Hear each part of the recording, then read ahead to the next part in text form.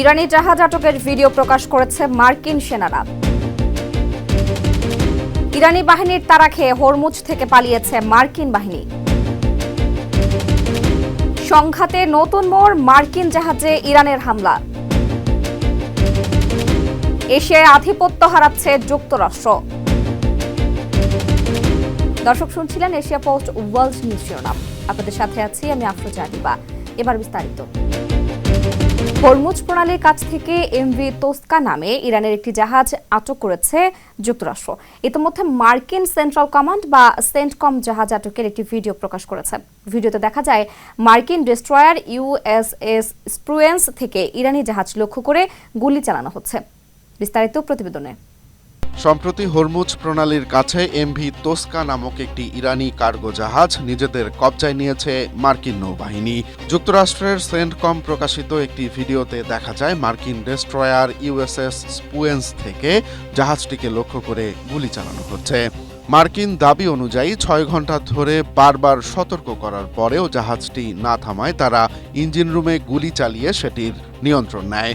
President Donald Trump জানিয়েছেন জাহাজটি বর্তমানে মার্কিন হেফাজতে আছে এবং সেটিতে কি আছে তা তল্লাশি করা হচ্ছে।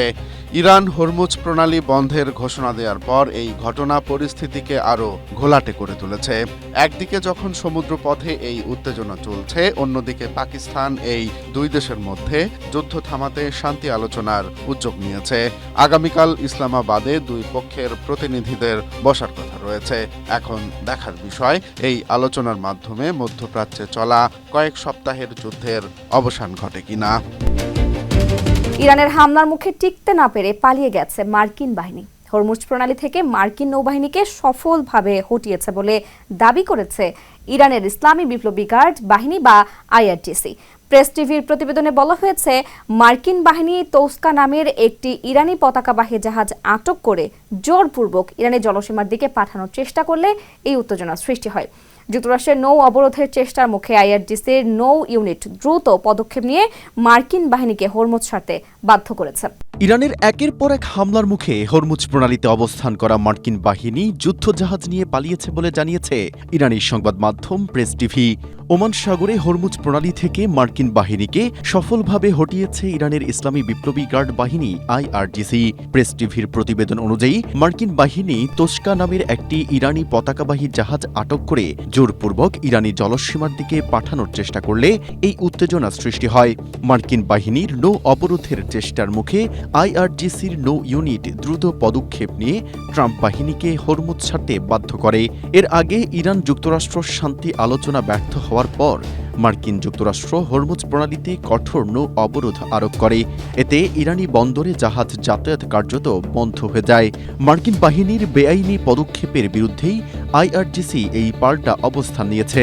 এদিকে হরমুজ প্রণালী বিশ্বের অন্যতম গুরুত্বপূর্ণ জ্বালানি সরবরাহ পথ হওয়ার কারণে ইরান যুক্তরাষ্ট্রের এই সংঘাত বৈশ্বিক তেলের বাজারেও বড় অস্থিরতা তৈরি করেছে।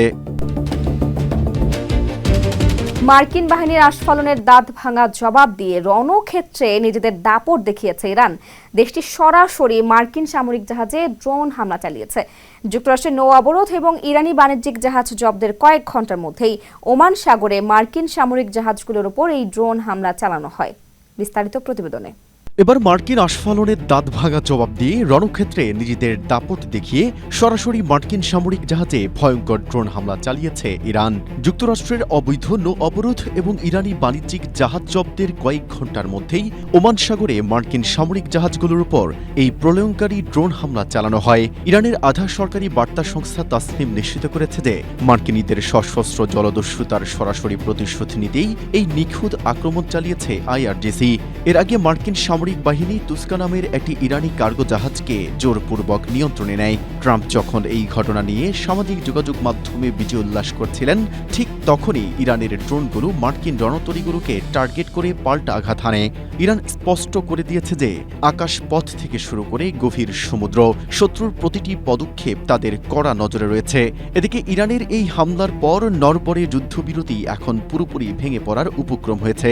তেহরান সাফ জানিয়ে দিয়েছে মার্কিনীদের এই জলদস্যুতা ও অযৌক্তিক দাবির মুখে তারা ইসলামাবাদ আলোচনায় অংশ নেবে কিনা তা আবারও ভাববে। অন্যদিকে ইরানের বিদ্যুৎ কেন্দ্র ধ্বংসের ট্রাম্পের হুমকির জবাবে পাল্টা হুঁশিয়ারি দিয়ে ইরান জানিয়েছে, উপসাগরীয় অঞ্চলের প্রতিটি মার্কিন ঘাঁটি এবং তাদের স্বার্থ সংশ্লিষ্ট স্থাপনাগুলো এবার ইরানের লক্ষ্যবস্তুতে পরিণত হবে।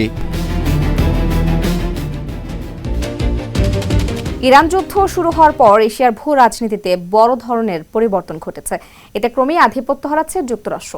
ওয়াশিংটনের দীর্ঘদিনের মিত্র হিসেবে পরিচিত দক্ষিণ কোরিয়া, ফিলিপাইন এবং জাপানের মতো দেশগুলো এখন নিজেদের জ্বালানি নিরাপত্তা নিশ্চিত করতে যুক্তরাষ্ট্রকে বাদ দিয়ে ইরান ও রাশিয়ার দিকে ঝুঁকছে। এক্ষেত্রে তারা মার্কিন নিষেধাজ্ঞাকে উপেক্ষা করতেও দ্বিধা করছে না। বিস্তারিত প্রতিবেদনে। নিজেদেরকে এতদিন এশিয়ার রাজা মনে করত মার্কিন যুক্তরাষ্ট্র, আর সে কারণেই দেশটির প্রেসিডেন্ট ডোনাল্ড ট্রাম্প প্রায়ই এ অঞ্চলের বিভিন্ন রাষ্ট্রপ্রধানকে হেয় করে কথা বলতেন। তবে ইরান যুদ্ধের পর এশিয়ার ভূ রাজনীতিতে এক বড় ধরনের ওলটপালট ঘটে গেছে। দীর্ঘদিনের মার্কিন মিত্র হিসেবে পরিচিত দক্ষিণ কোরিয়া, ফিলিপাইন বা জাপানের মতো দেশগুলো এখন নিজেদের জ্বালানি নিরাপত্তা নিশ্চিত করতে আমেরিকার প্রধান দুই শত্রু রাশিয়া ও ইরানের দিকে ঝুঁকছে। পরিস্থিতি এমন দাঁড়িয়েছে যে টিকে থাকার প্রয়োজনে দেশগুলো ওয়াশিংটনের নিষেধাজ্ঞাকে উপেক্ষা করতেও দ্বিধা করছে না। এশিয়ার দেশগুলোর জন্য জ্বালানি তেলের প্রধান লাইফলাইন বা পথ হল হরমুজ প্রণালী। যুদ্ধের কারণে এই পথ দিয়ে তেল সরবরাহ বন্ধ হওয়ার উপক্রম হওয়ায় বাজারে তীব্র সংকট দেখা দিয়েছে। আগে যারা আমেরিকার ভয়ে রুশ তেল এড়িয়ে চলত, এখন সেই দেশগুলোই মস্কো ও তেহরানের দরজায় কড়া নাড়ছে। গত সোমবারই ইন্দোনেশিয়ার প্রেসিডেন্ট প্রবোয়ো সুবিয়ান্তো সরাসরি পুতিনের সঙ্গে দেখা করে তেল কেনার আগ্রহ দেখিয়েছেন। দক্ষিণ কোরিয়া ও জাপান এ অঞ্চলে আমেরিকার সবচেয়ে ঘনিষ্ঠ দুই মিত্র। তারাও এখন রাশিয়া থেকে তেল ও ন্যাফথা আমদানির জন্য মরিয়া হয়ে উপায় খুঁজছে। দক্ষিণ কোরিয়া স্পষ্ট জানিয়ে দিয়েছে, জোটের সম্পর্ক ঠিক রেখেও নিজেদের জ্বালানি রক্ষায় তাদের বাস্তববাদী হতে হবে। জাপানও পর্দার আড়ালে ইরানের সঙ্গে যোগাযোগ রক্ষা করে চলছে।